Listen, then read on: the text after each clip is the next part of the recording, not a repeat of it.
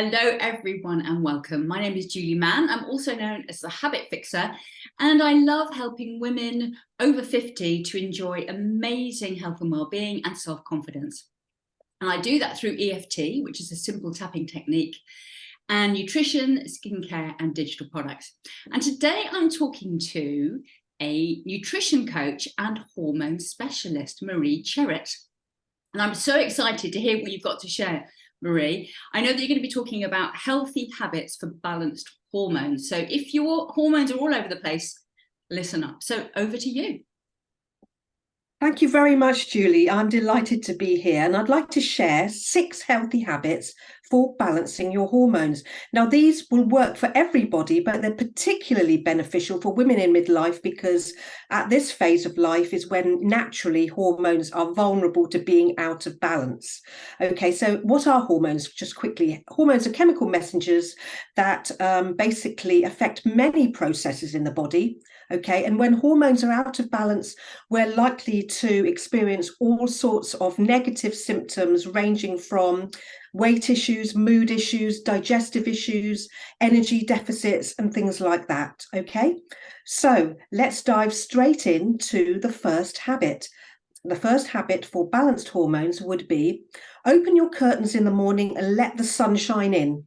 Better still, get out into the sunshine for maybe 10 or 15 minutes a day, because this helps the brain produce a neurotransmitter hormone called serotonin. And serotonin boosts mood. It helps us to feel calm and focused. And also there's other hormones being produced as well, epinephrine and dopamine, which govern energy, mood, and immunity. And as well as serotonin, it helps with melatonin regulation. Now, melatonin we know is the sleep hormone. So really getting out into the sunshine in the morning for a few minutes will actually help you sleep as well. Okay, so now jumping over to habit number 2. Eat real food. Okay, we're bombarded in today's society by junk food, by processed foods, and unfortunately these foods are very pro-inflammatory, and we don't want our bodies to be in that pro-inflammatory mode because we get lots of symptoms. Okay, and it's not good for our health, and inflammation causes disease. So what we need to do is try and shift our body from that inflammatory mode to an anti-inflammatory state by eating real food. Now, what is real food? Real food is whole foods. Basically, they're not heavily processed. Often they are just the food itself with just one ingredient. So better still to have whole food that hasn't been sprayed with obviously toxic pesticides and herbicides or been injected with various hormones and antibiotics and things like that in meats. Okay, so it's better to have organic where possible, not always possible, but better to.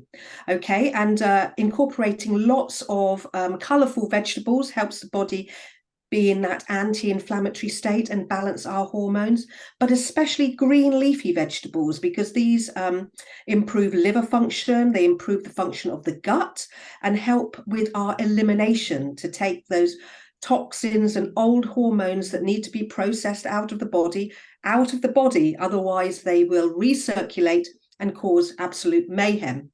So speaking on the subject of toxins, we jump right into habit number 3. So avoid toxins when you can. Obviously, we don't live in, we can't wrap ourselves in cotton wool, but we have to practice damage limitation. So really be very mindful of your perhaps personal care products and your cleaning products. Make sure they're as clean as possible and as free as possible from these chemical contaminants, which often act as xenoestrogens. Xenoestrogens are environmental estrogens that once they get into our body, they interfere with the way our own hormones work. So they really, really put the spanner in the works, and we don't want that. Okay. Now then, let's move over to habit number 4, which is move your body. Okay, we know that lack of exercise is extremely negative for our health. We all know that. But did you know that especially for women in midlife, overdoing the exercise is also very negative? It's very bad. The reason for this is it causes stress in the body. And when you have stress in the body, the stress hormone cortisol is produced. When we have too much cortisol going through our system, this causes hormonal imbalances because that's how hormones work together. Cortisol always takes precedence over the other hormones because the body thinks it's in danger, of course, if we're secreting so much cortisol. So the type of exercise really to avoid is you don't really want to be doing hours of exhausting CrossFit or, running marathons or anything like that, because it's stressful for the body and the body will see it as a stressor.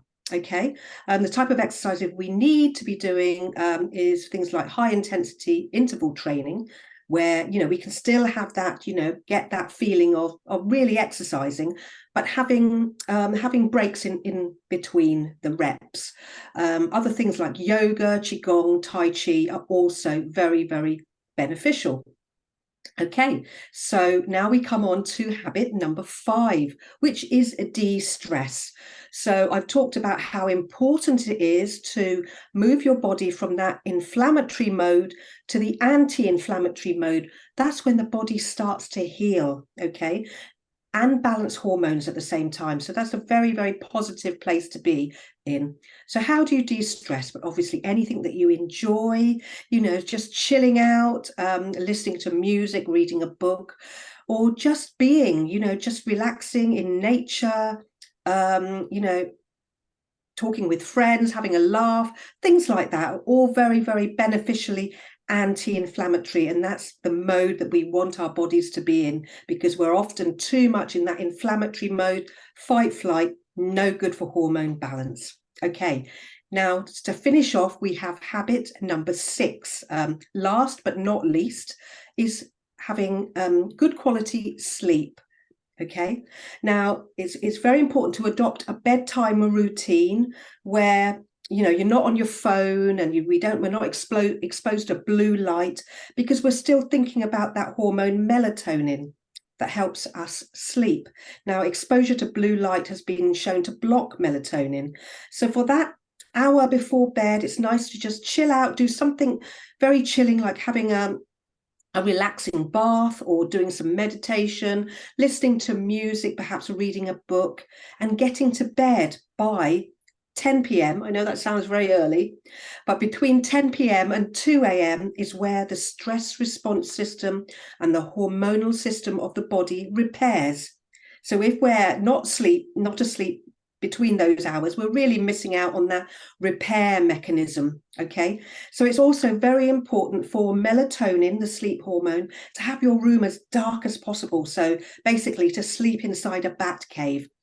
Okay, so now that concludes the 6 healthy habits that help you balance your hormones. I hope you found that useful. My goodness, Marie, that was absolutely jam-packed with information, some of which I didn't know. I didn't know about the sunshine, that if you get out in the sunshine, it'll help you sleep better at night.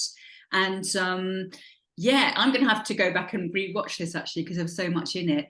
But that was absolutely brilliant. Thank you ever so much. I'm sure that the people watching will have some questions. If you do, all of Marie's links will be down below this video, so check them out, get in touch, ask her any questions that you need answered. And yeah, it's been an absolute pleasure having you on, Marie. Thank you so much for sharing those gems. Oh, you're welcome, Julie. You're welcome. And thank you everyone else for watching.